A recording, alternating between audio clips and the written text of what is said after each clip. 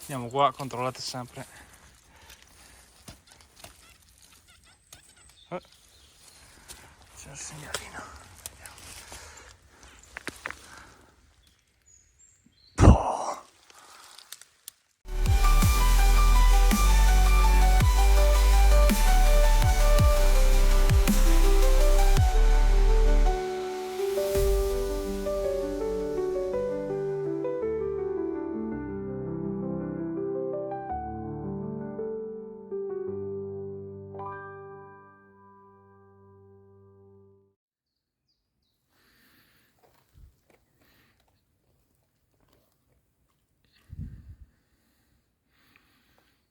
Coperchio di gavetta e anche bucherellato, messo anche abbastanza bene, dai, tutto sommato.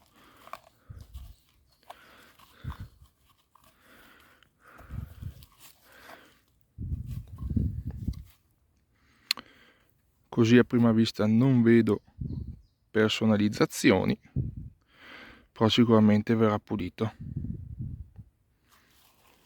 Bel pezzo. E niente, tirando su un sasso, opla, chi c'è qua? Bottone.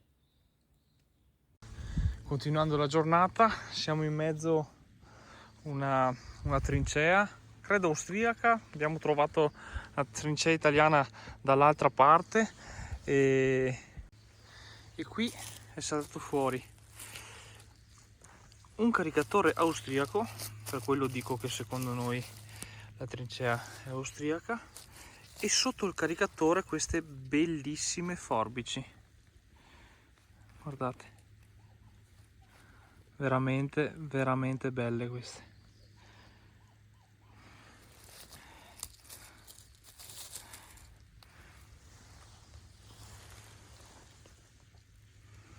Adesso il caricatore viene lasciato qua, suona ancora, vediamo. No, non suona più. Sì, ma suonava ancora. Vabbè. Il caricatore viene lasciato qua, le forbici invece ce le portiamo a casa.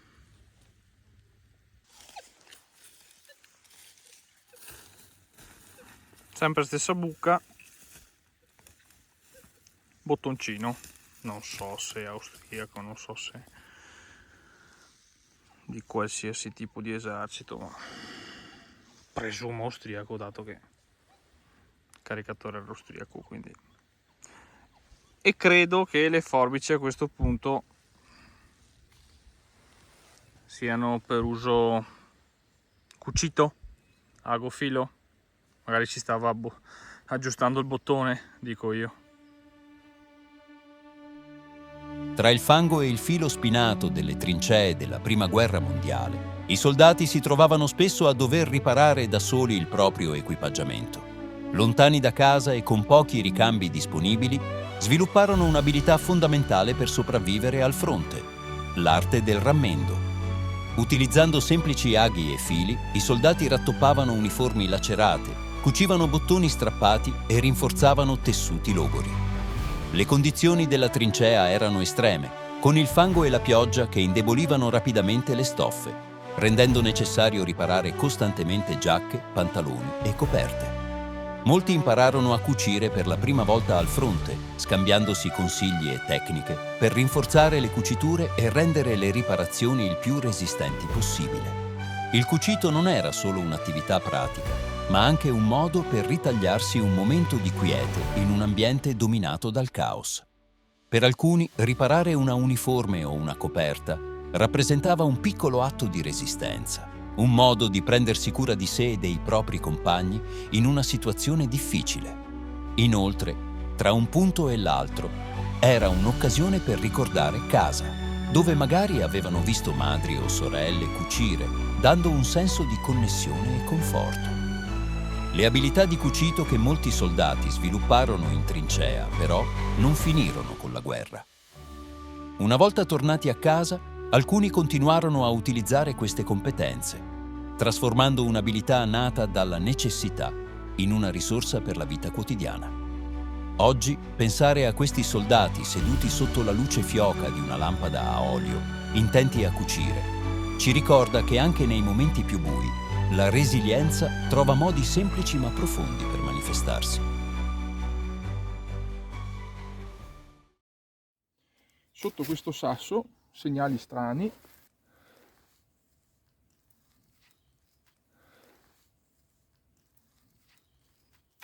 Spunta fuori questa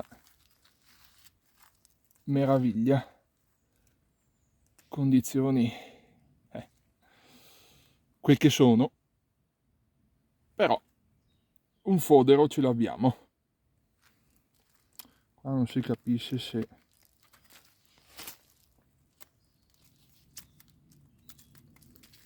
no, vuoto. Andiamo avanti. Oltretutto in questa buca c'erano anche dei bottoni.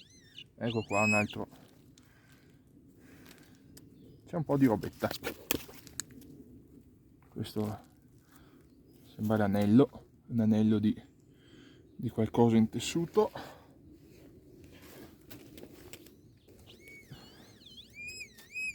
Vediamo un po' cos'è che suona. Ecco qua.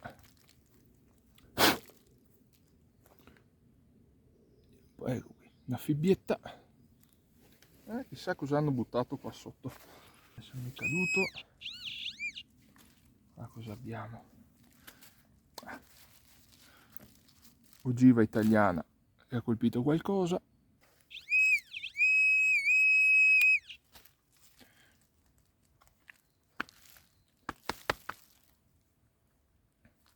No. Qualche clippetta di qualche genere. Segnalino medio buono, non troppo profondità.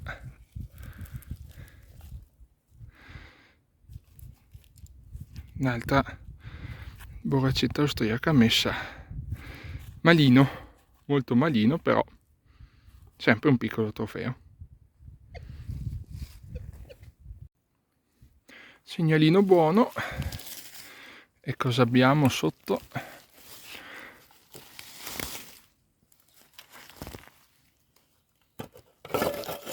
Non una, ma addirittura 2 gavette austriache.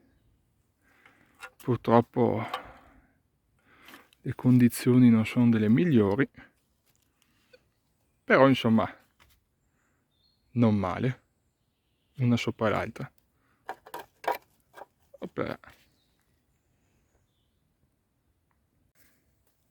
Sì, e questa è veramente messa bene.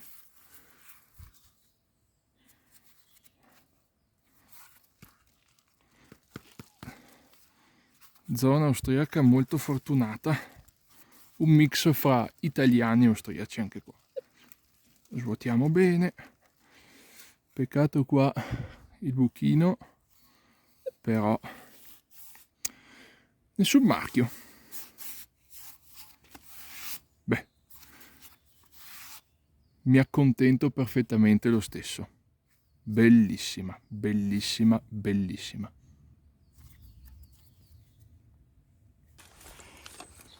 Basta.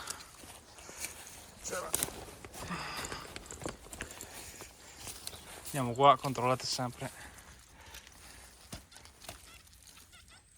C'è il segnalino.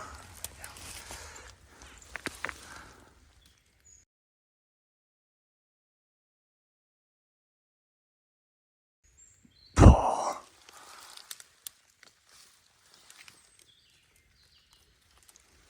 Non ci credo. No. No.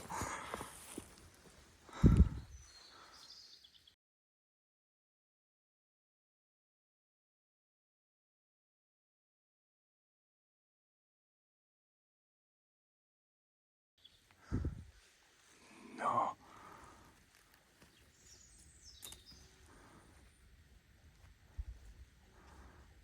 Non ci credo. Non ci posso credere.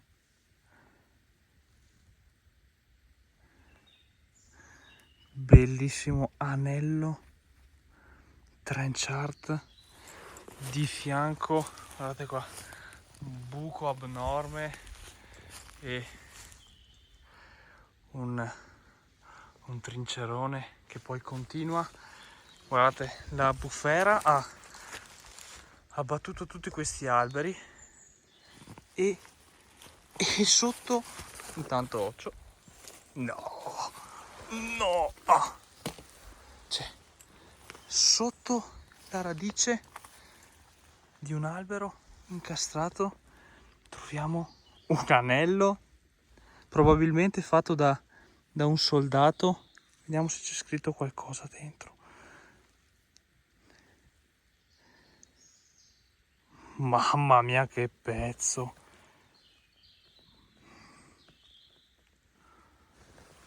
Cioè, ragazzi, era sotto un albero caduto incastrato su una radice.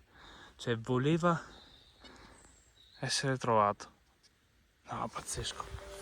Pazzesco.